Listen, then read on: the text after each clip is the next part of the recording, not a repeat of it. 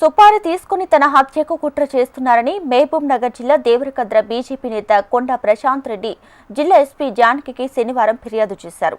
తనను చంపడానికి కర్నూలు, అనంతపురం, మహబూబ్ నగర్ జిల్లా కేంద్రంలోని తిమ్మసానిపల్లి చెందిన కొందరితో ఒప్పందం చేసుకున్నట్లు 2.50 కోట్ల సుపారీ కూడా ముట్టినట్లు తనకు సమాచారం వచ్చిందన్నారు. తాను కొన్ని కేసుల విషయంలో మహబూబ్ నగర్ కోర్టుకు హాజరవుతున్న సమయంలో కొందరు కొత్త వ్యక్తులు అనుమానాస్పదంగా కనిపిస్తున్నారని కొండా ప్రశాంత్ రెడ్డి పేర్కొన్నారు. ఇక తనకు భద్రత కల్పించడంతో పాటు హత్యకు ఎవరు కుట్ర చేస్తున్నారో గుర్తించి వెంటనే చర్యలు తీసుకోవాలని ఎస్పీని కోరినట్లు తెలిపారు. దీంతో ప్రశాంత్ రెడ్డి ఫిర్యాదు అందుకున్న జిల్లా ఎస్పీ డి జానకి వివరణ చేపట్టారు. అయితే కొండ ప్రశాంత్ రెడ్డి మాట్లాడారు. కొందరి అనుమానితుల పేర్లు పోలీసులకు చెప్పానని, వారిని సుపారీ విషయం ఫోన్ సంభాషణ కూడా లభించిందని తెలిపారు.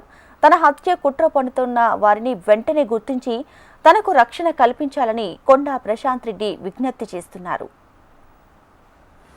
కోర్టు దగ్గర నాకు ఉండేటటువంటి మామూలు బిజినెస్ ప్లాట్ల దగ్గర, వెంచర్ల దగ్గర కొంతమంది కొత్త వాళ్ళు నా చుట్టూ తిరగడం కొంత అనుమానం వచ్చి నేను పోలీస్కి చెప్పడం జరిగింది.